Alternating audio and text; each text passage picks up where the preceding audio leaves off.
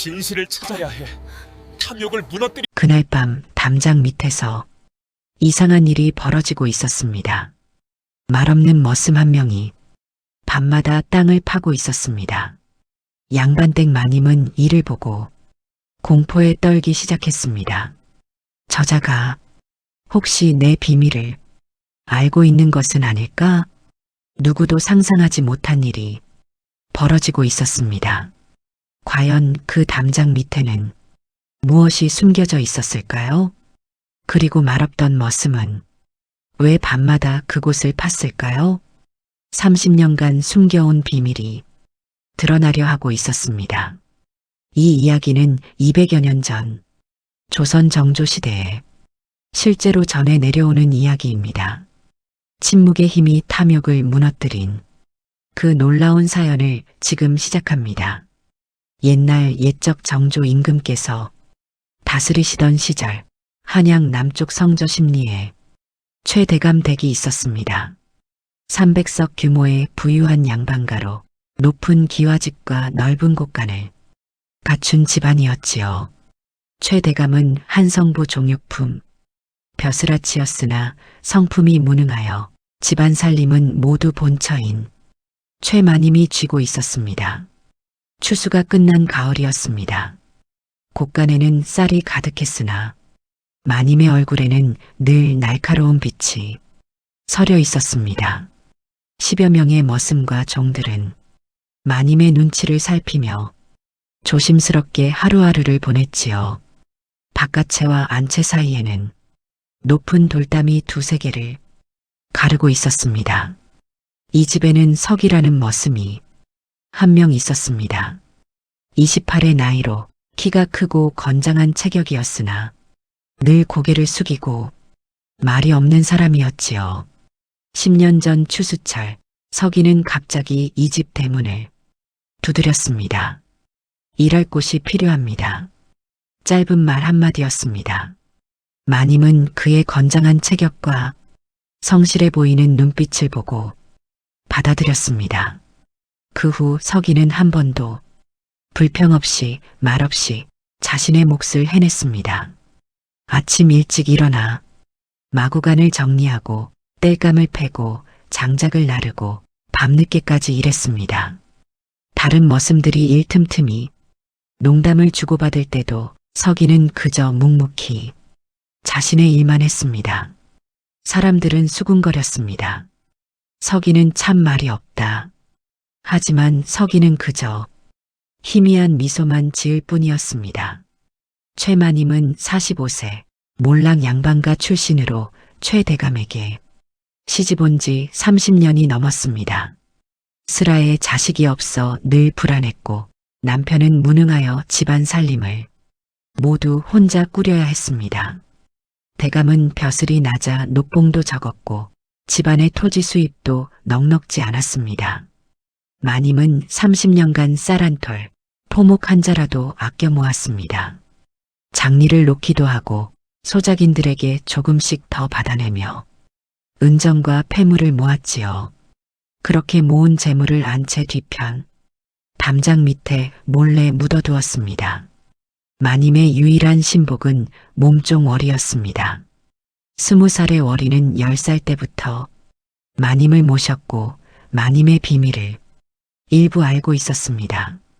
가을이 깊어지던 어느 날 밤 마님은 잠이 오지 않아 안채 마루에 앉아 달을 보고 있었습니다. 선선한 바람이 불고 귀뚜라미 소리만 들리던 고요한 밤이었지요.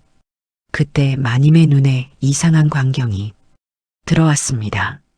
바깥의 담장 근처 어둠 속에서 누군가 움직이는 그림자가 보였습니다. 마님은 숨을 죽이고 지켜보았습니다. 달빛 아래 석이가 작은 삽을 들고 담장 밑 흙을 조심스럽게 파내고 있었습니다. 소리 없이 천천히 마치 누구에게도 들키지 않으려는 듯이 한참을 파던 석이는 다시 흙을 덮고 삽을 숨긴 뒤 머슴방으로 돌아갔습니다. 마님은 가슴이 철렁했습니다. 저자가 무엇을 하는 것인가? 혹시 도망칠 구멍을 파는 것인가? 아니면 마님은 담장 밑 그 자리를 유심히 기억해 두었습니다. 그곳은 바로 안채 장독대 뒤편 마님만 알고 있는 어떤 비밀이 묻힌 곳에서 불과 서너자 떨어진 곳이었습니다. 다음 날 마님은 일부러 서기를 유심히 관찰했습니다. 아침 일을 하는 서기의 모습은 평소와 다름없이 성실했습니다. 마구간을 정리하고 땔감을 나르고 묵묵히 자신의 일을 할 뿐이었습니다. 마님이 지나갈 때도 서기는 공손히 고개를 숙이고 길을 비켜줄 뿐 눈빛에 아무런 동요도 없었습니다. 오히려 너무 평온해서 더 의심스러웠습니다. 그날 밤 마님은 다시 잠을 이루지 못하고 창문 틈으로 밖을 내다보았습니다. 자정이 넘어서자 서기가 다시 나타났습니다. 역시 작은 삽을 들고 같은 자리를 파기 시작했습니다. 마님의 불안은 확신으로 바뀌기 시작했습니다. 분명히 무언가 꾸미고 있다. 도망을 치려는 것인가? 아니면 도둑질을 하려는 것인가? 혹시 그곳을 알고 있는 것은 아닐까? 마님은 손이 차갑게 식어가는 것을 느꼈습니다. 마님은 결심했습니다. 서기를 감시해야 한다고. 하지만 직접 나서면 서기가 눈치챌 것이므로 몸종 월이를 시켜 은밀히 지켜보게 했습니다. 월이, 너는 밤에 서기를 지켜보거라. 어디로 가는지, 무엇을 하는지 모두 내게 보고하거라. 월이는 마님의 명을 받들어 밤마다 몰래 서기를 지켜보았습니다. 사흘, 닷새, 이래. 서기는 밤마다 같은 시각, 같은 장소에서 담장 밑을 팠습니다. 월이가 보고했습니다.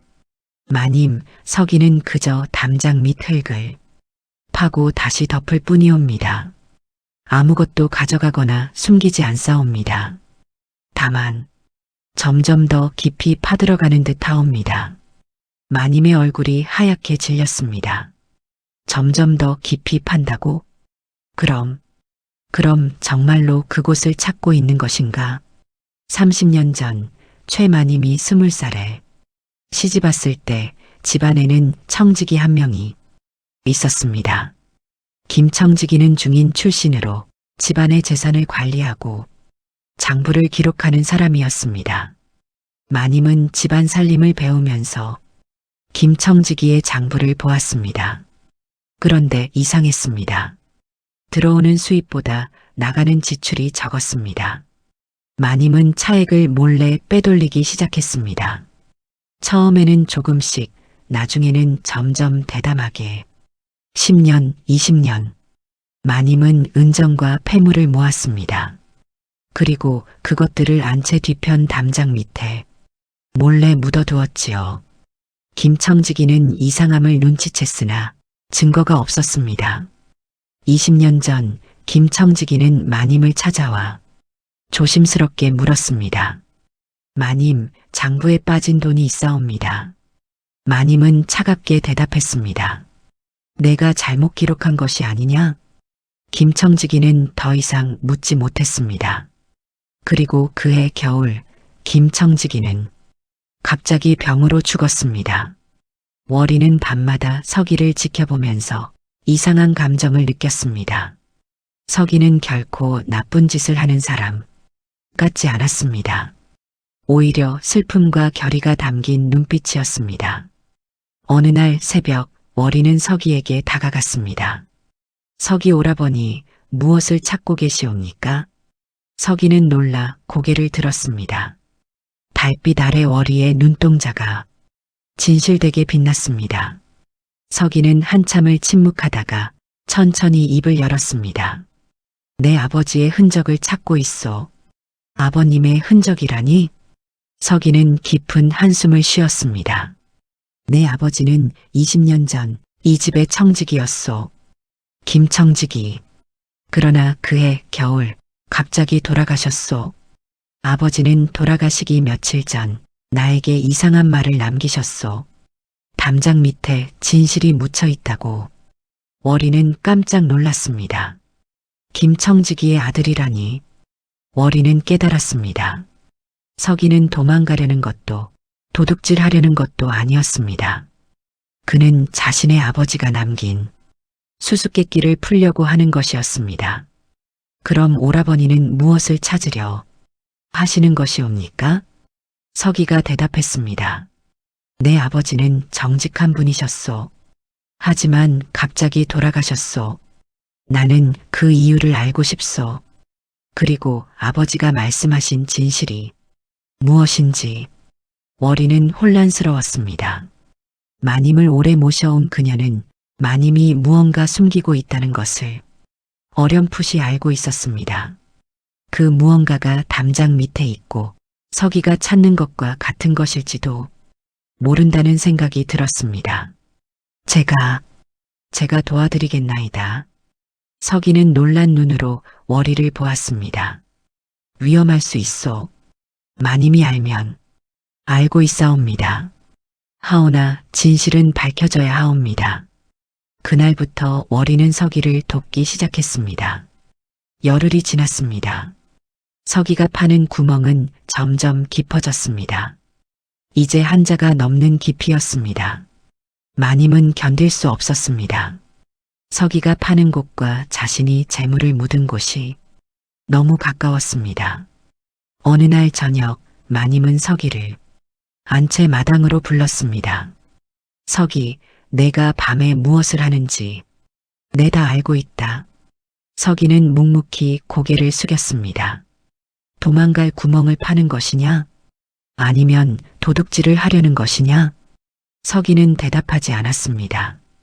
그저 마님을 차분히 바라볼 뿐이었습니다. 마님은 서기의 눈빛에서 이상한 힘을 느꼈습니다. 두려움도 아첨도 없는 눈빛, 마치 무언가를 알고 있다는 듯한 눈빛이었습니다. 말을 하거라. 무엇을 하는 것이냐? 마님의 목소리가 떨렸습니다. 하지만 서기는 여전히 침묵했습니다. 그 침묵이 마님을 더욱 불안하게 만들었습니다. 마님은 다른 머슴들을 시켜 서기를 감시하게 했습니다. 서기가 밤에 어디로 가는지, 무엇을 하는지 모두 보고하라. 서기는 이제 사방에서 감시당하는 신세가 되었습니다. 그러나 서기는 멈추지 않았습니다. 더 조심스럽게, 더 은밀하게 밤마다 작업을 계속했습니다. 월이가 망을 보고 다른 머슴들의 눈을 피해가며 파고 또 팠습니다. 어느 날 다른 머슴 하나가 서기를 의심하며 물었습니다. 서기, 너 요즘 이상하다. 무슨 꿍꿍이가 있는 것 아니냐? 서기는 아무 대답 없이 자리를 떴습니다. 월이가 그 머슴에게 말했습니다. 서기 오라버니는 그저 잠이 안 와서 밤에 산책을 하실 뿐이옵니다. 하지만 소문은 이미 집안에 퍼지기 시작했습니다. 마님은 점점 더 초조해졌습니다. 밤마다 잠을 이루지 못하고 창문으로 담장을 내다보았습니다. 저자가 정말로 그곳을 찾는 것인가? 아니면 내가 너무 민감한 것인가? 참다 못한 마님은 마침내 대감을 찾아갔습니다. 대감마님, 머슴서기가 이상한 짓을 하고 있사옵니다. 대감은 평소처럼 무심히 물었습니다. 무슨 일이요? 밤마다 담장 밑을 파고 있사옵니다. 분명 도망을 치려는 것이거나 도둑질을 꾀하는 것일 게옵니다. 대감은 눈썹을 찌푸렸습니다. 그것이 사실이요? 여러 하인들이 모두 목격했사옵니다. 대감마님께서 직접 확인하시옵소서. 대감은 고개를 끄덕였습니다. 그럼 내가 직접 서기를 불러 물어보겠소. 마님은 조금 안심했습니다. 대감이 나서면 서기도 어쩔 수 없을 것입니다. 그러나 한편으로는 불안했습니다. 만약 서기가 무언가를 말한다면 다음 날 서기는 사랑채로 불려갔습니다. 대감이 물었습니다. 서기, 내가 밤에 담장을 판다는데 사실이냐? 서기는 잠시 침묵하다가 대답했습니다. 예, 사실이옵니다. 대감이 물었습니다. 무슨 이유로 그런 짓을 하는 것이냐? 서기는 깊은 숨을 들이쉬고 천천히 말하기 시작했습니다. 소인의 아버지는 20년 전 이댁의 청직이었사옵니다. 김청직이 대감마님께서도 기억하실 것이옵니다. 대감은 놀란 표정을 지었습니다. 김청직이의 아들이라고? 예, 소인은 그때 8살이었사옵니다. 아버지께서 갑자기 돌아가시고 저희 가족은 풍비박산이 났사옵니다. 그런데 아버지께서 돌아가시기 직전 저에게 이상한 말씀을 하셨사옵니다. 서기의 목소리가 떨렸습니다. 담장 밑에 진실이 묻혀 있다. 언젠가 내가 그것을 찾아야 한다고 하셨사옵니다. 소인은 그 말씀을 평생 잊지 못하고 있었사옵니다. 그래서 10년 전 이 댁에 머슴으로 들어왔사옵니다. 대감의 얼굴이 굳어졌습니다. 마님은 얼굴이 하얗게 질렸습니다. 10년간 기회를 엿보다가 이제야 용기를 내어 찾기 시작했사옵니다. 아버지께서 남기신 그 진실이 무엇인지 서기의 눈빛은 확고했습니다. 20년 전 김청직이는 정직한 사람이었습니다. 집안의 장부를 빈틈없이 관리하고 한 푼도 허투루 쓰지 않았습니다. 그런데 어느 날부터 장부가 맞지 않기 시작했습니다. 들어오는 수입은 그대로인데 지출은 줄어들었습니다. 차액이 사라진 것입니다. 김청직이는 여러 번 확인했으나 이유를 알 수 없었습니다. 그는 마님에게 조심스럽게 여쭤보았습니다.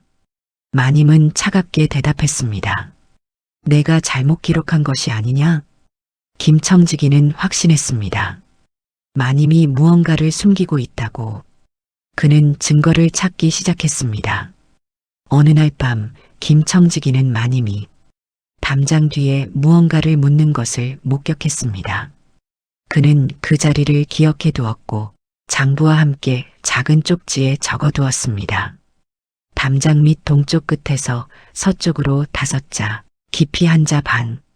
그러나 그 겨울 김청직이는 갑자기 병으로 쓰러졌습니다. 의원을 불렀으나 소용없었습니다. 그는 죽기 직전 어린 서기를 불러 쪽지를 건네며 말했습니다. 담장 밑에 진실이 있다. 언젠가 내가 찾아야 한다. 서기의 고백을 들은 대감은 얼굴이 굳어졌습니다. 마님은 얼굴이 하얗게 질렸습니다. 그것은 거짓말이옵니다. 김청직이는 병으로 돌아가셨을 뿐이옵니다. 대감이 차분히 말했습니다. 서기, 내 아버지가 남긴 그 진실이 무엇인지 정말로 알고 싶은 것이냐? 예, 대감마님. 소인은 20년간 그것만을 생각하며 살아왔사옵니다. 마님은 절규했습니다. 대감마님, 저자의 말을 믿으시렵니까? 저자는 분명 도둑질을 하려다가 들켜서 거짓말로 둘러대는 것이옵니다. 대감은 마님을 조용히 바라보았습니다. 30년을 함께 산 아내였습니다. 하지만 그녀의 눈빛에서 이상한 공포를 느꼈습니다. 무언가 숨기고 있다는 확신이 들었습니다. 마님은 깨달았습니다. 이대로 두면 모든 것이 드러날 것입니다. 그렇다면 차라리 마님은 극단적인 결정을 내렸습니다. 조사옵니다. 그럼 제가 직접 그 자리를 파헤쳐 보이겠사옵니다. 아무것도 없다는 것을. 대감은 천천히 고개를 끄덕였습니다. 그리하시오. 다음 날 아침 집안의 모든 하인들이 안채 뒤편 담장으로 모였습니다. 마님의 명령이었습니다. 저 자리를 팔아. 서기가 밤마다 판 바로 그곳을. 서기는 침묵했습니다. 마님이 스스로 명령한 것입니다. 하인들이 삽을 들고 땅을 파기 시작했습니다. 한 자 반. 땅속에서 무언가 나타나기 시작했습니다. 낡은 보자기에 쌓인 무거운 것. 하인이 조심스럽게 꺼내 보자기를 풀었습니다. 그 안에는 은정과 폐물이 가득 들어 있었습니다. 이것이. 하인들이 숨을 죽였습니다. 더 파자 또 나왔습니다.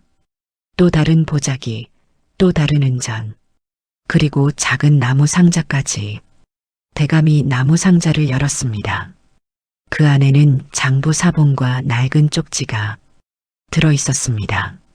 김청지기의 필체로 쓰인 글, 정조 11년 가을부터 장부에 빠진 금액, 마님께서 몰래 빼돌리신 것으로 추정됨.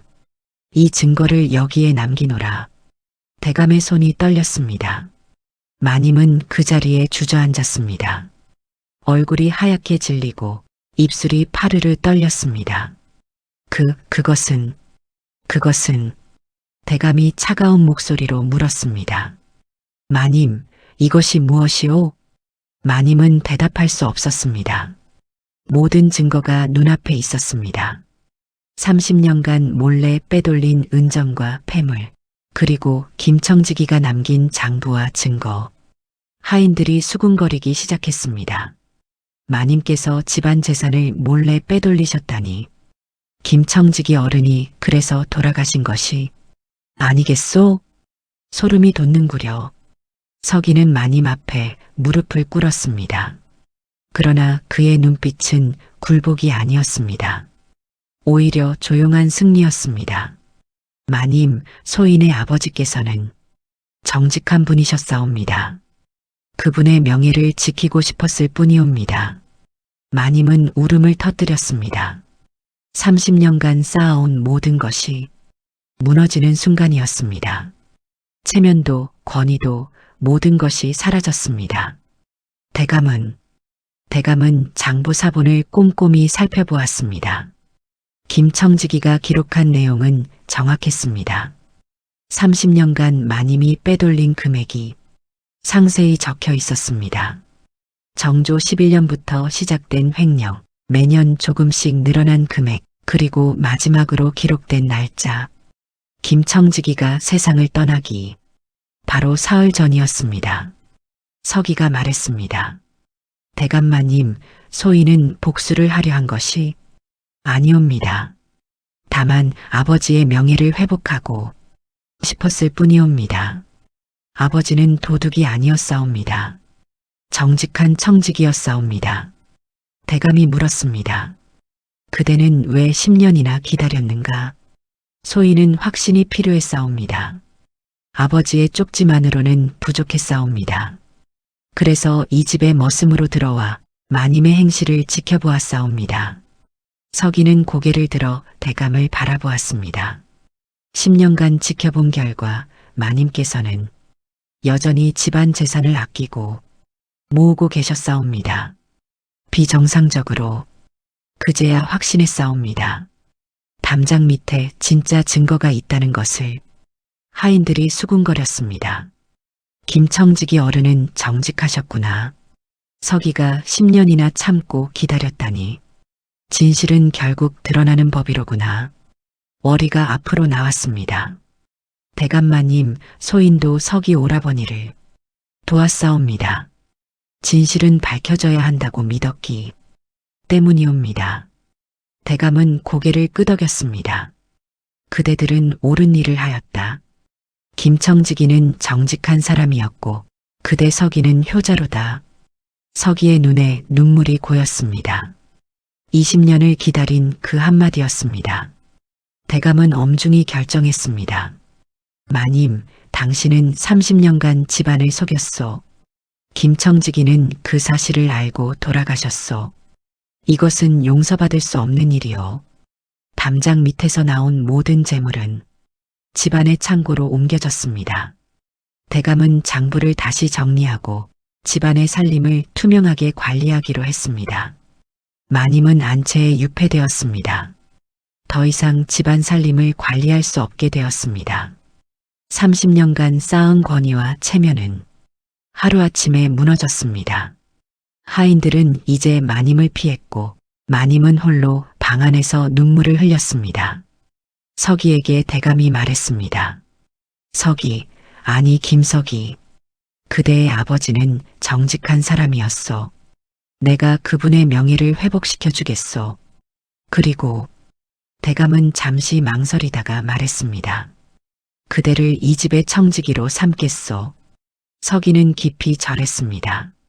대감마님의 은혜 평생 잊지 않겠사옵니다. 월이도 눈물을 흘리며 기뻐했습니다. 집안은 새로운 질서를 찾아갔습니다. 마님의 탐욕으로 얼룩진 30년은 이제 끝났습니다. 진실이 승리한 것입니다. 겨울이 왔습니다. 첫눈이 내리던 날 서기는 담장 밑 그 자리에 섰습니다. 모든 것이 끝났습니다. 아버지의 명예도 회복되었고 진실도 밝혀졌습니다. 서기는 생각했습니다. 아버지, 소인은 복수하지 않았사옵니다. 다만 진실이 스스로 드러나게 했을 뿐이옵니다. 침묵으로 인내하며 기다렸고 마님께서 스스로 무너지셨사옵니다. 담장 밑 그 자리에는 이제 새로운 나무가 심어졌습니다. 매화나무였습니다. 겨울에도 꽃을 피우는 나무, 고난 속에서도 진실은 피어난다는 의미였습니다. 월이가 서기 옆에 섰습니다. 오라버니, 이제 마음이 편하시옵니까?